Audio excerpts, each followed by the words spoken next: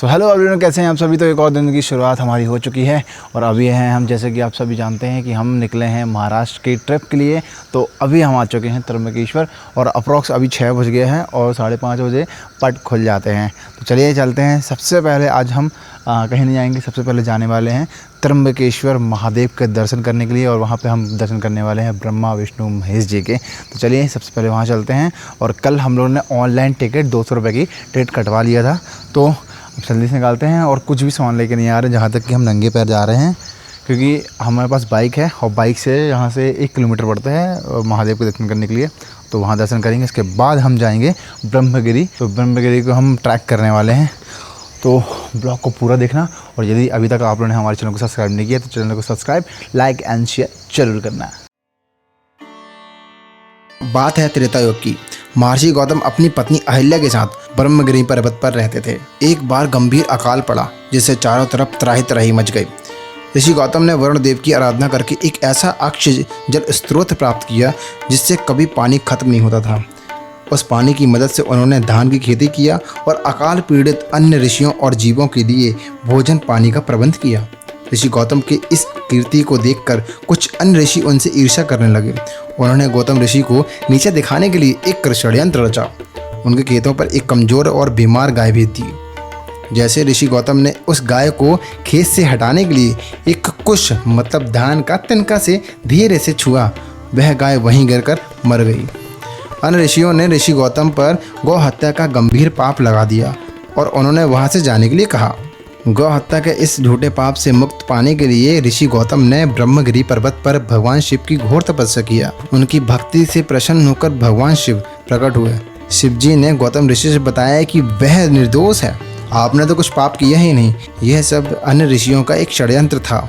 ऋषि गौतम ने शिव जी से प्रार्थना की कि वे स्थान का लोक कल्याण के लिए माता गंगा को वहां प्रवाहित करें। शिव जी के अनुरोध पर माता गंगा वहां प्रकट हुई और जिन्हें दक्षिण भारत में गोदावरी नदी से जाना जाता है, जिसे हम दक्षिण की गंगा भी कहते हैं। जब गंगा जी वहां प्रकट हुई तो गंगा जी और महर्षि गौतम ने भगवान शिव से प्रार्थना की कि वे हमेशा के लिए इसी स्थान पर वास करें। भक्तों की इस पुकार को स्वीकार करते हुए भगवान शिव वहां त्र्यंबकेश्वर ज्योतिर्लिंग के रूप में स्थापित हो गए। आमतौर पर सभी ज्योतिर्लिंग पर केवल भगवान शिव की ही पूजा होती है, लेकिन त्र्यंबकेश्वर एक ऐसा ज्योतिर्लिंग है जिसके गर्भगृह के अर्धे में 3 छोटे छोटे लिंग हैं। ये तीनों लिंग ब्रह्मा विष्णु महेश के प्रतीक माने जाते हैं, जो इस स्थान को और भी अधिक पवित्र और अनोखा बना देते हैं।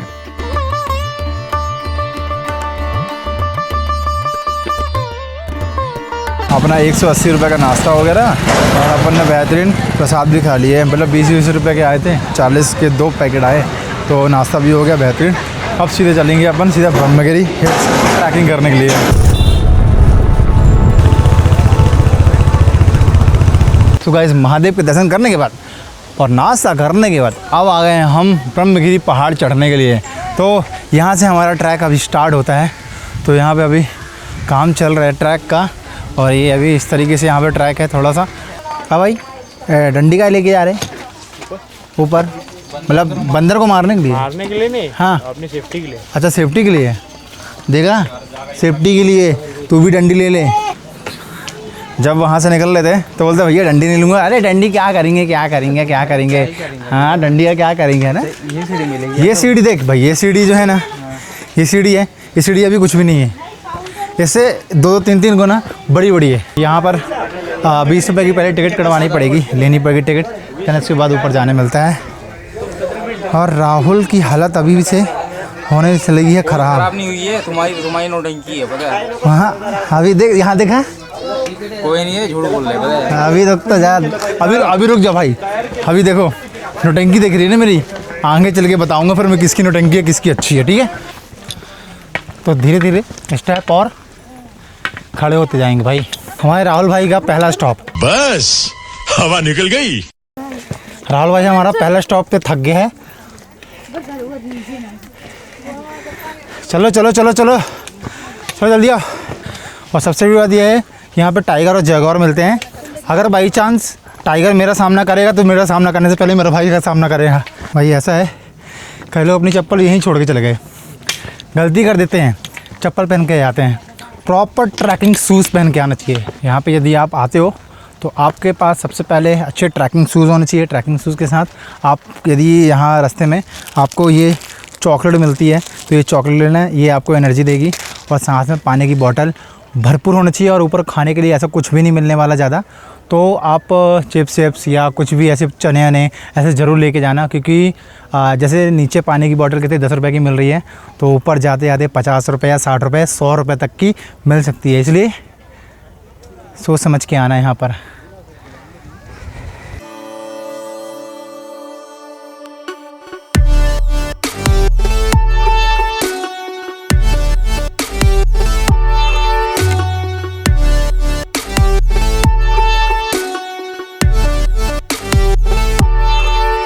तो अभी थोड़ा बहुत चढ़े हैं, ज़्यादा नहीं चढ़े हैं।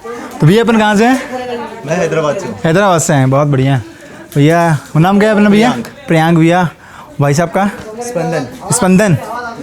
स्पंदन प्रियांक। भाई नाम भूल गया तुम्हारा यार। राहुल तुम्हारा नाम क्या है? राहुल तो सुना, नाम तो सुना होगा। चलो भाई, हम लोग 2 थे, अब बहुत सारे लोग होने वाले हैं। तो कहाँ जाने का विचार है? पूरा टॉप में जाने का विचार है क्या? मतलब जो फोर्ट है चलेंगे ना? चलो फिर क्या है, मज़ा आएगा। तगड़े ड्रोन शॉट लेंगे। यहाँ पे आपको एक मंदिर दिखता है और यहाँ पर हैं बैठी हुई हैं मुक्ता देवी।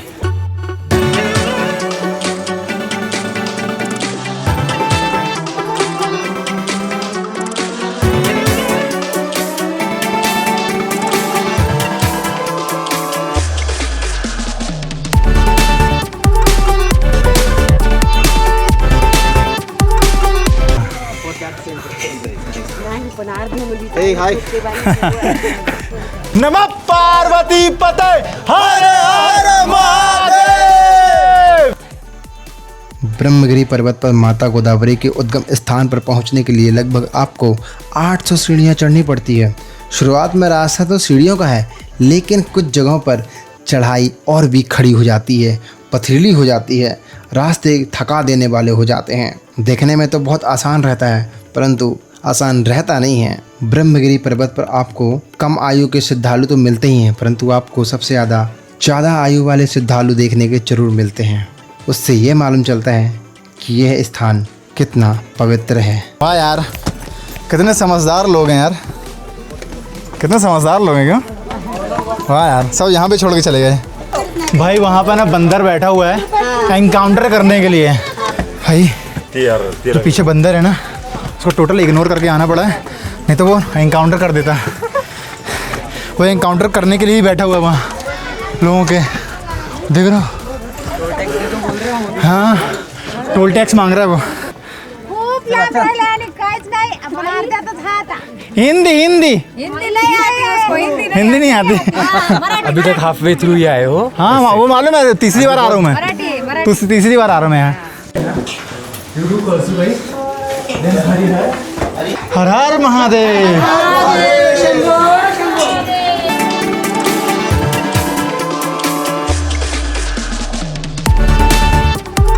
यहाँ से आपको कुछ इस तरीके से नज़ारा दिखाई देने वाला है। और अपन को फर्स्ट ऑफ ऑल वहाँ जाना है। वहाँ से जाने के बाद वो वहाँ पे फोर्ट है, वो तो फोर्ट में जाएंगे। नहीं तूफ़ानी करने गए हैं, पर इतनी तूफ़ानी करने गए हैं पर तूफ़ान भी आने वाला है। सबसे बड़ी बात तुझे हाँ, मौसम ने साथ दे दिया। तेरे को सल्यूट है, मेरी बातें लग गई तेरे को आज। मैंने इसको बोला ना, आ तू चढ़ के दिखा दे। भाई मेरे से तेज चल रहा है, मेरे को दिखाने के चक्कर में। सबसे बड़ी बात तुझे है।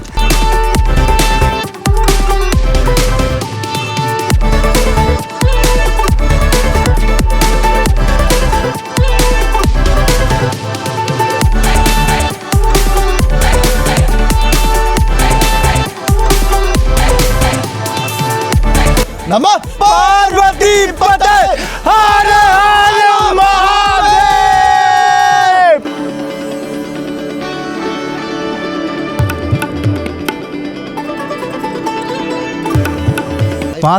वहाँ से जाने का ना बुलावा नहीं आएगा ना, हाँ, तब तक कोई भी नहीं आया। हम 1 हफ्ता पहले प्लान करे सर। अच्छा, टिकट्स मिल गए, हाँ रूम बुक हो गए, हाँ दर्शन भी जल्दी हो गया। हाँ, हम 7 बजे आए, 8 बजे हम दर्शन करके बाहर आए।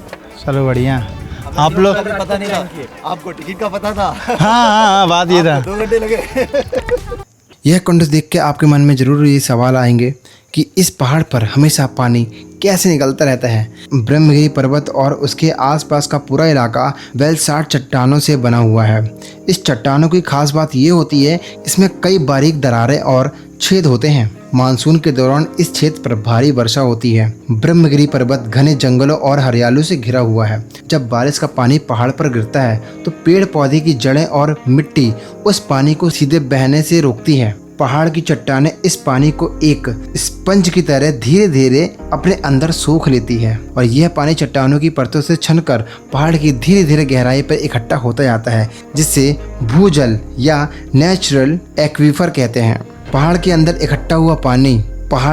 इकट्ठा हुआ यही पानी गुरुत्वाकर्षण और चट्टानों के दबाव के कारण नीचे की ओर रास्ता खोजता है, और जहाँ भी पहाड़ की दरारें बाहर की ओर खुलती है वहाँ से यह पानी धीरे धीरे करते रिसता रहता है। यही कारण है कि उद्गम स्थान पर कोई बड़ी नदी जैसी धारा नहीं बहती, बल्कि पहाड़ की चट्टानों से लगातार बूंद बूंद पानी टपकता रहता है, जो नीचे बने कुंड में जमा होता रहता है। क्योंकि पहाड़ के अंदर बहुत बड़ी मात्रा में पानी स्टोर रहता है, इसलिए ये सिलसिला मानसून बीत जाने के बाद भी पूरे साल निरंतर यह पानी कुंड में इकट्ठा होता रहता है।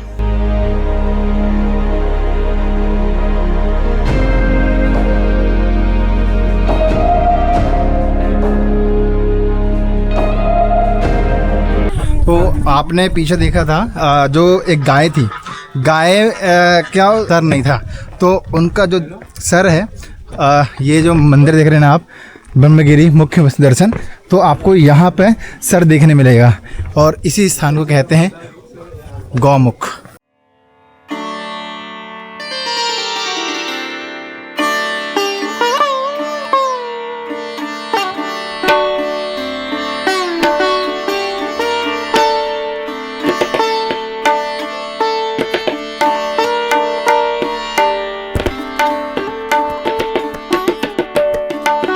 गौमुख का दर्शन करने के बाद हम उस जगह पर जा रहे हैं जहाँ पर महादेव ने अपनी जटा पटकी थी, और यहाँ से जब आपने देखा गौमुख मतलब उद्गम स्थान है, उद्गम स्थान के होने के बाद गौमुख से गोदावरी नदी निकलती है, उसके बाद जाती हैं अपने जटाशंकर में, जटाशंकर के बाद फिर नीचे जाती हैं अंदर ही अंदर सीधे जाती हैं अपना जो नदी बनती है ना, जो गोदावरी नदी, तो वहाँ पर जाती हैं और नदी के रूप में प्रवाह होती रहती हैं।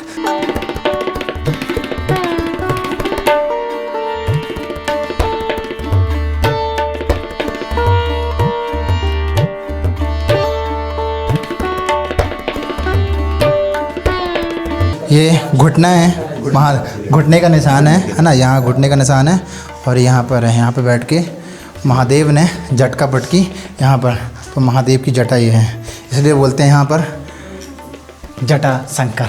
आप अंदाज़ा लगा सकते हो कि यहाँ पे जो महादेव का जो रूप था, स्वरूप था, कितना विशाल रहा होगा। बहुत बहुत धन्यवाद। इसको यहाँ पे क्या बोलते हैं, मराठी में क्या बोलते हैं इसको? चूड़ा बोलते हैं। चूड़ा, चूड़ा, मुरमुरा, मुरमुरा। हो गया, हो गया। रहते यार, वो सूदिंग रहते।